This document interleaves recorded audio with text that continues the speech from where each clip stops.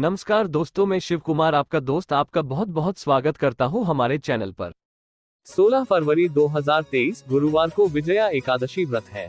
फाल्गुन मास की कृष्ण पक्ष की एकादशी को विजया एकादशी व्रत कहते हैं। विजया एकादशी व्रत हिंदू धर्म में एक महत्वपूर्ण दिन होता है। विजया एकादशी व्रत के नाम से ज्ञात होता है। इस व्रत का वर्णन पद्म पुराण और स्कंद पुराण में किया गया है। धर्म शास्त्रों के अनुसार इस व्रत को करने से सभी परिस्थितियों पर विजय प्राप्त करने का सामर्थ्य प्राप्त होता है। इस व्रत को करने वाले लोग अपने शत्रुओं पर विजय पा सकता है। विजया एकादशी व्रत के दिन भगवान विष्णु की पूजा की जाती है।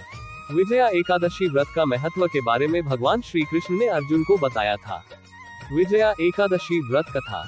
अर्जुन भगवान श्री कृष्ण से विजया एकादशी व्रत का महात्म्य सुनकर आनंद विभोर हो रहे हैं। विजया एकादशी व्रत के महात्म्य को जानने के बाद अर्जुन कहते हैं, माधव, फाल्गुन मास के कृष्ण पक्ष की विजया एकादशी व्रत का क्या महात्म्य है, आपसे मैं जानना चाहता हूँ। अतः कृपा करके इसके विषय में जो कथा है वह सुनाए। अर्जुन द्वारा अनुनय पूर्वक प्रश्न किए जाने पर श्री कृष्णचंद्र जी कहते हैं, प्रिय अर्जुन, फाल्गुन मास की कृष्ण पक्ष की एकादशी को विजया एकादशी व्रत के नाम से जाना जाता है। इस एकादशी का व्रत करने वाला सदा विजयी रहता है। हे अर्जुन, तुम मेरे प्रिय सखा हो, अतः मैं इस व्रत की कथा तुमसे कह रहा हूँ। आज तक इस व्रत की कथा मैंने किसी को नहीं सुनाई। तुमसे पूर्व केवल देवर्षि नारद ही इस कथा को ब्रह्मा जी से सुन पाए हैं। तुम मेरे प्रिय हो, इसलिए तुम मुझसे यह कथा सुनो। त्रेतायुग की बात है। श्री रामचंद्र जी जो विष्णु के अंशावतार थे, अपनी पत्नी सीता माता को ढूंढते हुए सागर तट पर पहुंचे। सागर तट पर भगवान का परम भक्त जटायु नामक पक्षी रहता था। उस पक्षी ने बताया कि सीता माता को सागर पार लंका नगरी का राजा रावण ले गया है और माता इस समय अशोक वाटिका में है।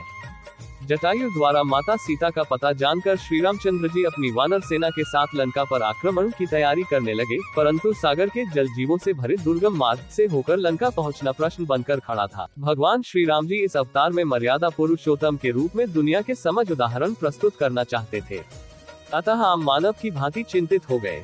जब उन्हें सागर पार जाने का कोई मार्ग नहीं मिल रहा था, तब उन्होंने लक्ष्मण से पूछा कि हे लक्ष्मण, इस सागर को पार करने का कोई उपाय मुझे सूझ नहीं रहा। अगर तुम्हारे पास कोई उपाय है तो बताओ। श्री रामचंद्र जी की बात सुनकर लक्ष्मण बोले, प्रभु, आपसे तो कोई भी बात छिपी नहीं है। आप स्वयं सर्वसमर्थवान है, फिर भी मैं कहूँगा कि यहाँ से आधा योजन दूर परम ज्ञानी वग्गल्भ्य मुनि का निवास है। हमें उनसे ही इसका हल पूछना चाहिए।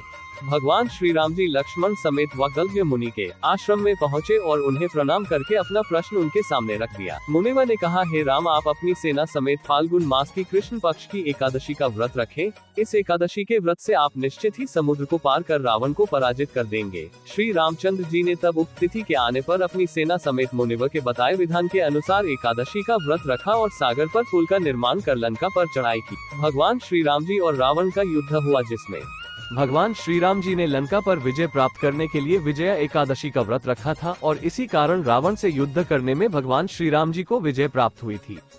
विजया एकादशी व्रत की पूजन विधि। सुबह जल्दी उठकर स्नान आदि से निवृत्त होकर स्वच्छ कपड़ा पहन ले। कोशिश करें कि भगवान विष्णु की मूर्ति या तस्वीर को स्वच्छ स्थान पर ही स्थापित करें। घर के मंदिर में दीप प्रज्वलित करें।